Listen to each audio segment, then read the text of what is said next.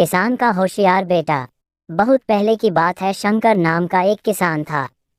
वह किसानी करके और अपने पेड़ों की लकड़ियां बेचकर अपना गुजारा करता था। एक बार वह लकड़ियों को बैलगाड़ी में डालकर बेचने के लिए दूसरे गांव गया। रास्ते में शंकर को उस गांव का एक सेठ मिल गया। सेठ ने शंकर से लकड़ी के लिए पूछा, गाड़ी का कितना है? शंकर ने बताया, सबका 5 रुपए है। सेठ ने कहा, ठीक है, मैं यह खरीद रहा हूँ, इसको तुम मेरे घर पर छोड़ दो। शंकर लकड़ी से भरी बैलगाड़ी लेकर सेठ के घर पहुंच गया। शंकर ने लकड़ियां सेठ को दी, पैसे लिए और अपनी बैलगाड़ी को लेकर आने लगा तो सेठ बोला, हमारी पूरी गाड़ी की बात हुई थी, अब यह बैलगाड़ी तुम नहीं ले जा सकते। शंकर ने कहा, ऐसा थोड़ी होता है।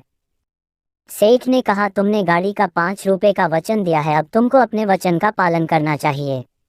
व्यापार में वचन बहुत मायने रखती है।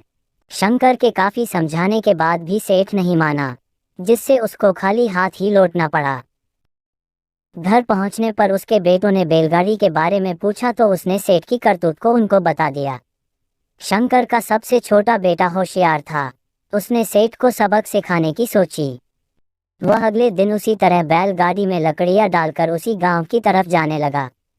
रास्ते में उसको भी वही सेठ मिल गया। सेठ ने सोचा, आज फिर एक बकरा आ रहा है। सेठ ने फिर वही बात पूछी, गाड़ी का कितना है? इस पर शंकर का बेटा बोला, केवल 2 मुट्ठी। सेठ सोचा, यह तो कल वाले से भी मूर्ख है, 2 मुट्ठी में तो मैं 2 आना दबाकर इसको दे दूंगा। उसने घर पर लकड़ियां छोड़ने को बोला। वह बैलगाड़ी को लेकर सेठ के घर पहुंच गया।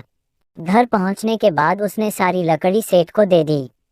सेठ अंदर से अपने दोनों हाथों की मुट्ठियों में 2 आना दबाकर ले आया। उसने शंकर के बेटे को बोला, लो 2 मुट्ठी पैसे।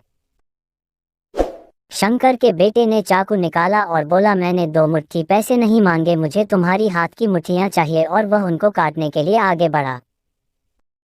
इस पर सेठ ने मना किया तो शंकर का बेटा बोला, तुमने वचन दिया है और व्यापार में वचन बहुत मायने रखती है। उसने सेठ को सारी बात बताई, किस तरह उसने शंकर को ठगा था। इस पर सेठ ने शंकर के बेटे से हाथ जोड़कर माफी मांगी और पहले की बैलगाड़ी और लकड़ियों का उचित मूल्य दिया। इस तरह शंकर के बेटे ने अपनी होशियारी की वजह से अपने परिवार को ठगी से बचा लिया।